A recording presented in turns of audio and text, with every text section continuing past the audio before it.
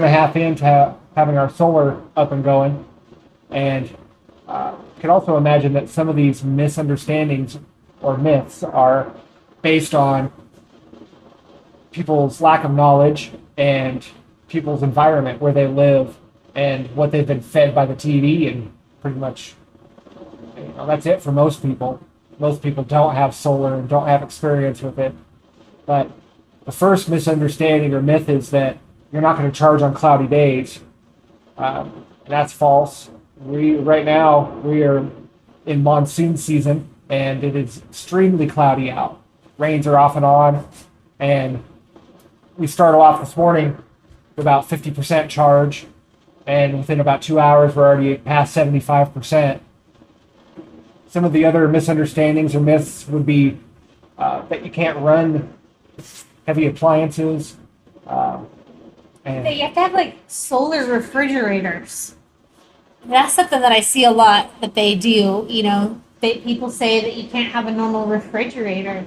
And so they buy one of those really pricey, expensive solar refrigerators.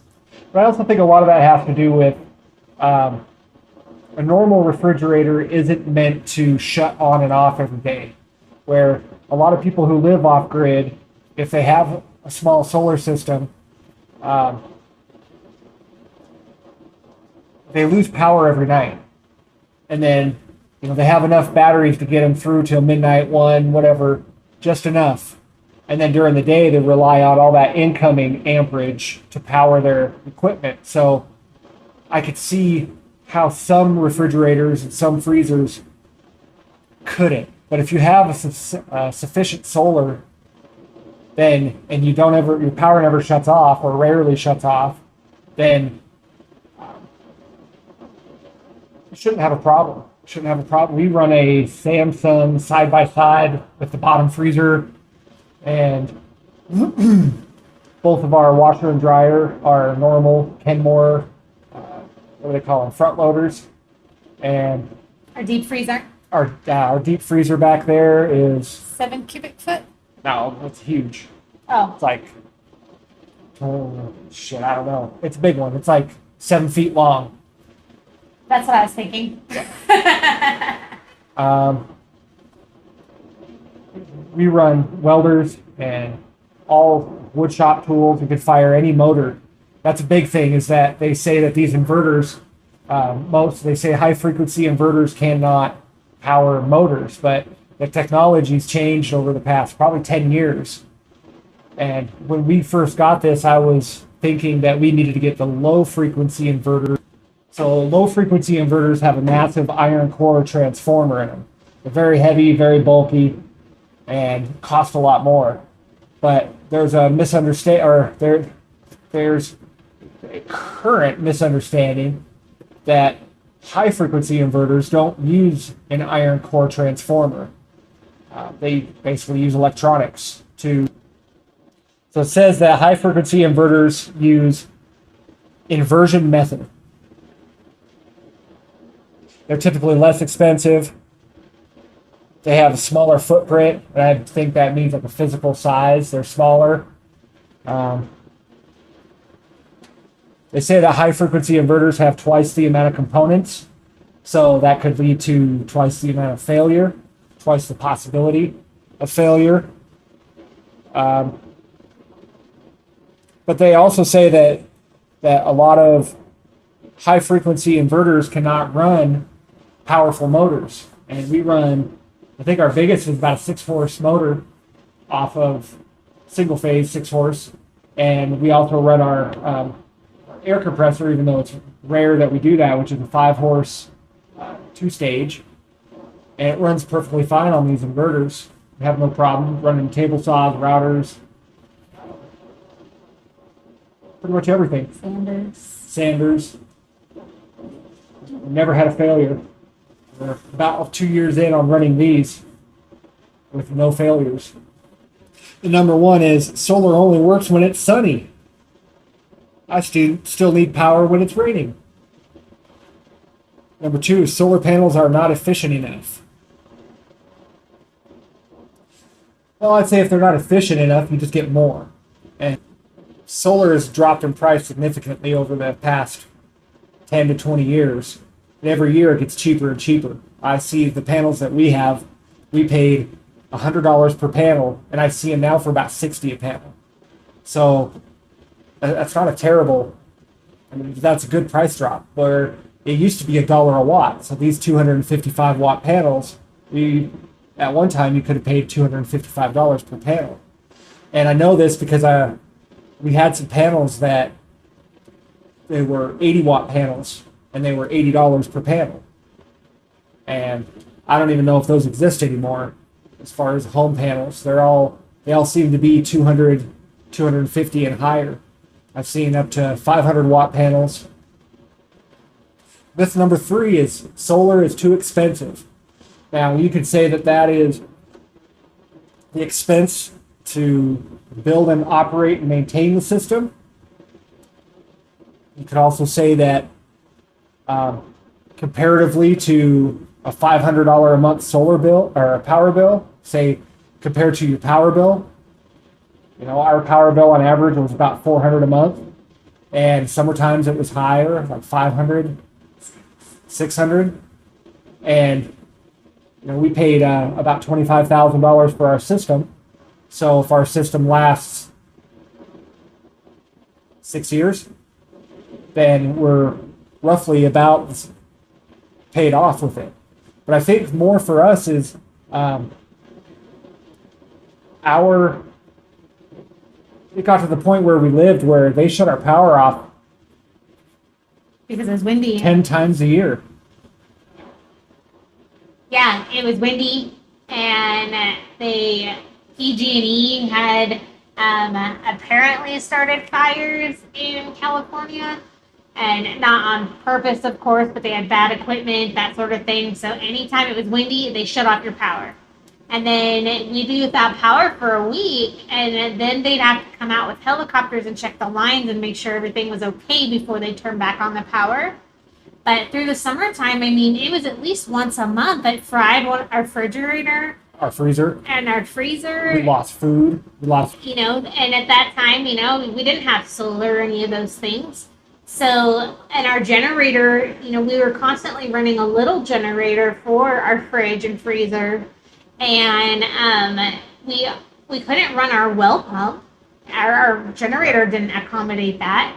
And, so then we'd have to haul water for our animals because we had a small ranch. And our landscaping suffered on the property, and our garden suffered because we couldn't run the well to, water things. And, it just really, it got really annoying. And not to mention, this is summertime. I'm hot. And you can't run any fans because you have no power. And, your generator that you have is just enough to power your fridge and freezer so you don't lose food. And, it's happening all the time. And our neighbor, he had just had a cow butchered, and then they shut our power off. He got locked into a contract where they sold him the solar panels and didn't sell him any batteries. They grid tied his system. So when the power went down, he had no power.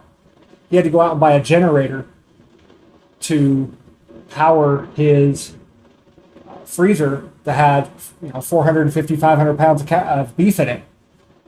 And, that's what we did as well until our generator wasn't powerful enough to power our fridge.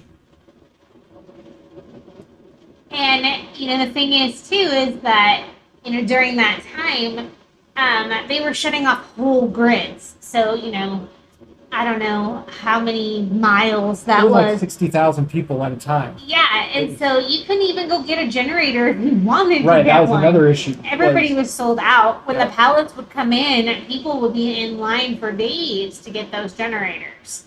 And water, they were running out of water at the stores. And, it really makes you start thinking about how to live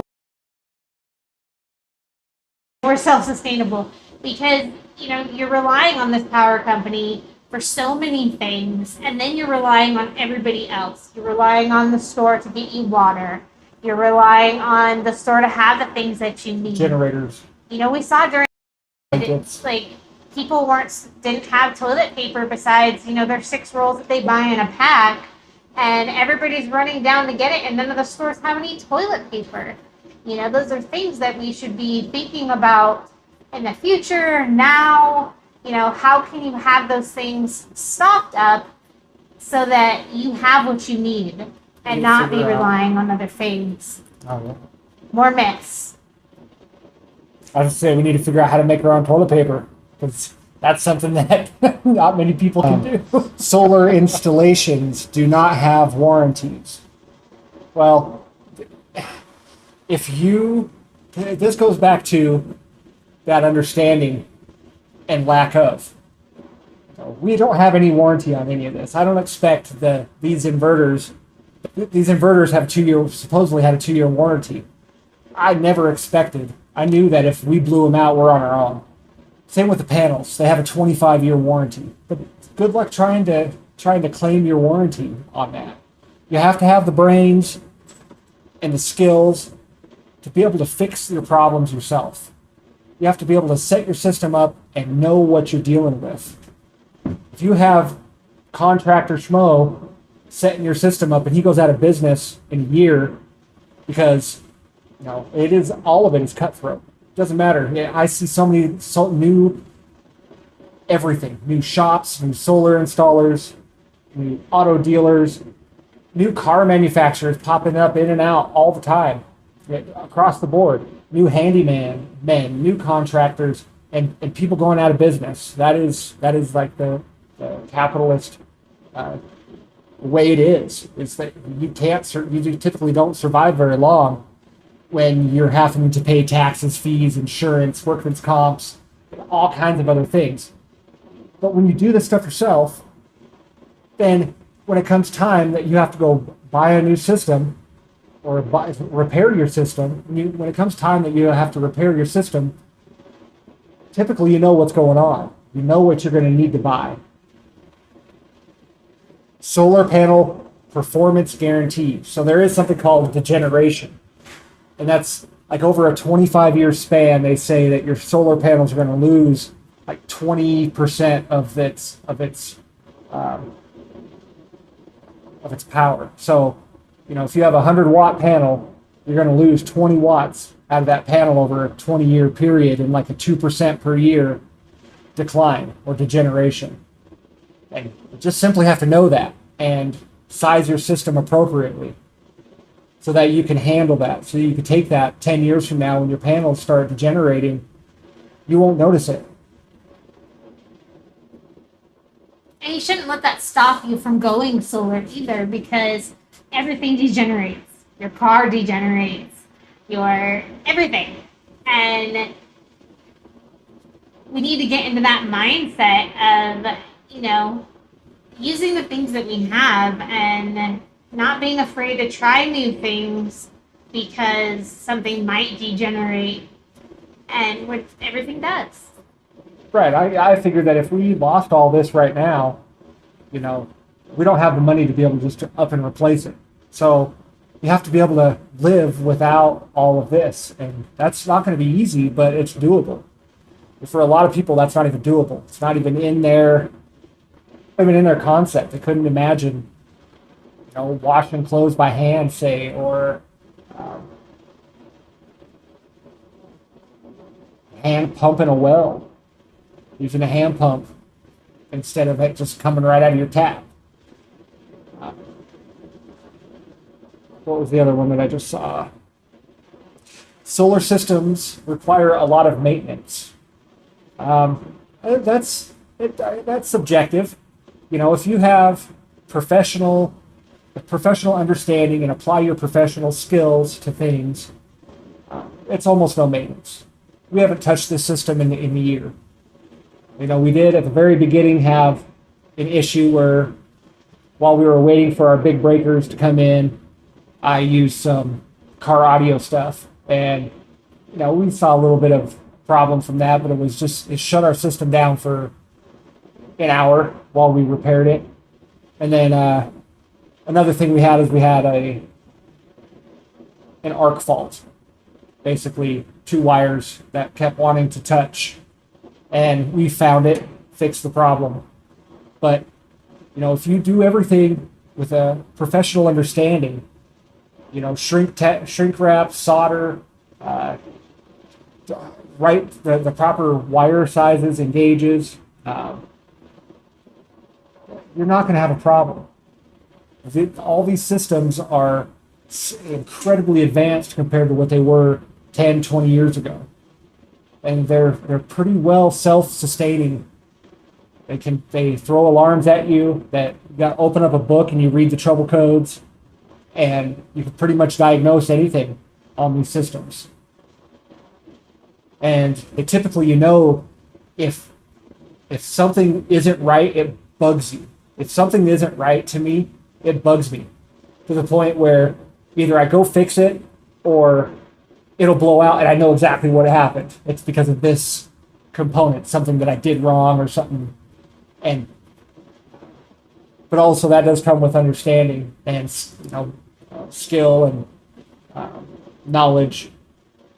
There's time of education.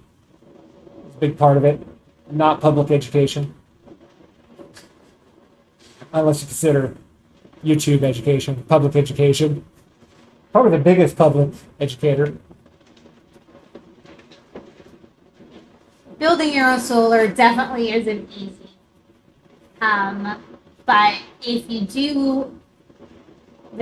do your homework for sure, and follow some people on YouTube, take some online classes, whatever. It is doable. Definitely depends on the type of system that you want to build and how big. And, some systems you can buy plug and play.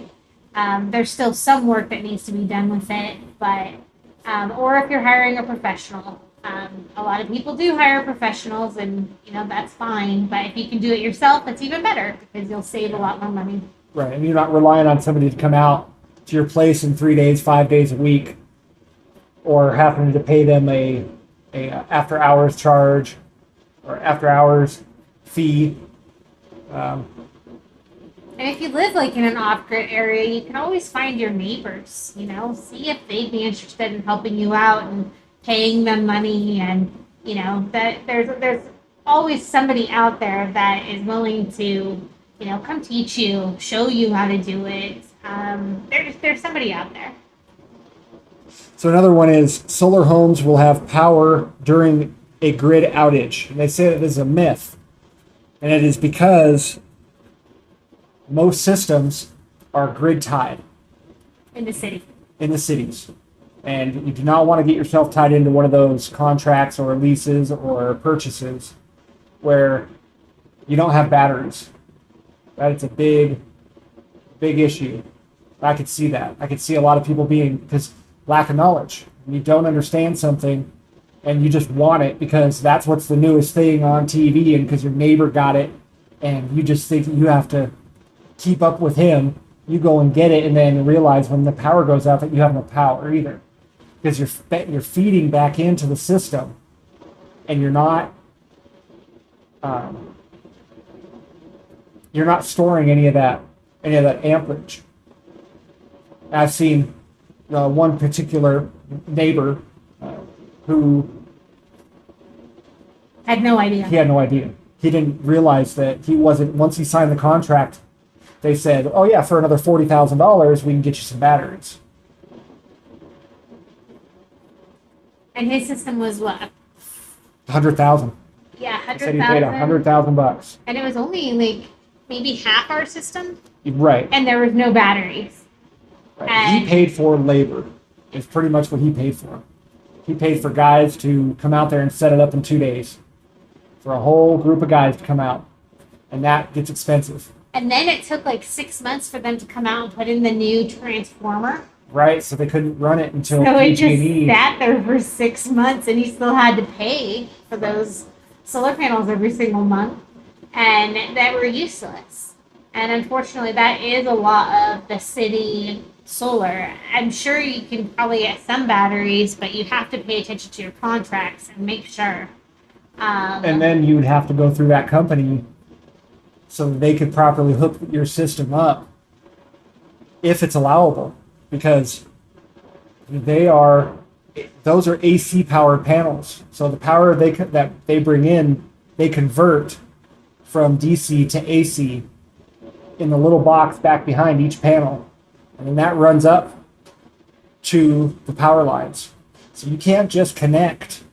You'd have to either purchase new panels that are DC panels, or you'd have to convert back with a converter from AC to DC to be able to recharge your batteries. So there's a lot of lies in there, a lot of myths in that alone. That was actually a comment that we got recently on one of our last videos, that the power company must really love us, because I think that person was thinking that we were grid tied, and that we were feeding that because our panel size is so large that we were feeding back to the power company. And we let them know, no, we're totally off grid. There's no power company here. So yeah. So another myth is solar panels will damage your roof. And I've heard this. I've heard that they apply excessive weight to your roof, and that you can also not get the tax what is that? Tax incentive? Yeah. If you have a roof mounted system, it has to be mounted a ground mount system with a solar rack. So that's something to keep in mind. If you want your $20,000 worth of tax credit, then don't get it put on your roof. It's very specific. It's very specific in the IRS codes that you can't have solar panels on your roof, but you can have it off of your roof. You can have it Ground mount. And even if you're off grid and you're not grid tied, you qualify for the IRS credit. And your state usually gives you credit too. And you definitely want to get that credit. You don't get money back, but you're able to decrease the amount that you owe, which means you might get a little bit more back over the year. And then you get to roll it over for several years after that, depending on how expensive your system was. You'll have credit still left over that you can use every single year. So you want to make sure that when you are building your solar panels, that you do know what the rules are, so that you build it appropriately, so that you can get that credit. So the last one I have here is, it's actually kind of a good one. It's a quick one. Homeowners who go solar have no electricity bills. And there's a federal law out there that says that any house that gets tied to the grid cannot ever be disconnected from the grid, unless it's like demolished and they put up another house or whatnot. So if you think that you're going to eliminate your power bill and eliminate your public utility, then you're wrong. They have complete control. They can still come onto your property, except for the whole new solar or smart meter thing, but they still have control over your whole system. They have to approve your system. They have to approve that your system is compatible with their system, basically. And you'll still have a $35 or $50 or whatever dollar per month charge that they will charge you. You just won't be rolling the kilowatts. You won't be using kilowatts. And in most cases, you'll actually be pumping energy back into the system, which gives you a credit. And I'd have no idea if they ever pay you on that credit, or if you just credit you for forever. PG&E just credits you forever.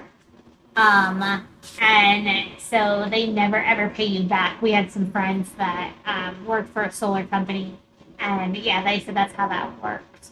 That most people ended up with like a $35, because the area that we're in, they rained a lot, and I don't know at that time, the solar panels didn't generate as much power when there wasn't sun. So they still generated power, just not a lot. So they said that most people ended up with the 35 connection fee every single month, and then the credit was for whatever they were putting back into the power grid. But they still had to pay that $35. But I think that it really depends on your company. Yeah, I don't know. Those are pretty much most of the solar myths, a good dozen of them that we could think of And that pertain to us. pertain to us. And You want to check out all of your own requirements. So another solar myth is that you have to have a licensed contractor connect your system. And that is true in some states. But we moved to a state that allows us to, homeowner build, homeowner design, every aspect. So from building our house to our solar system, we did everything ourselves. And that's acceptable. But where we came from, you had to be a licensed contractor. And our power company at the time required a licensed contractor to connect the systems to their system. So you'll want to check that out too, or move to a state that allows you more freedom. So there's just a few myths that we have talked about.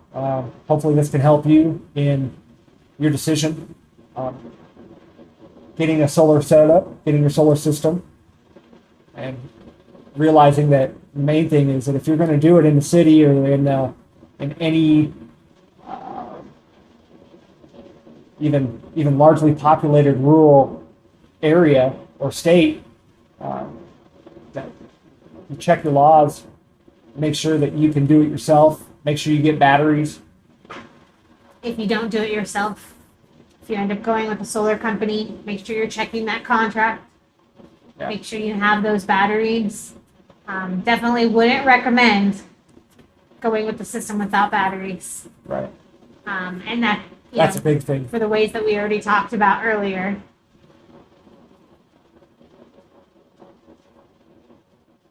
That's it for now. Thanks for watching.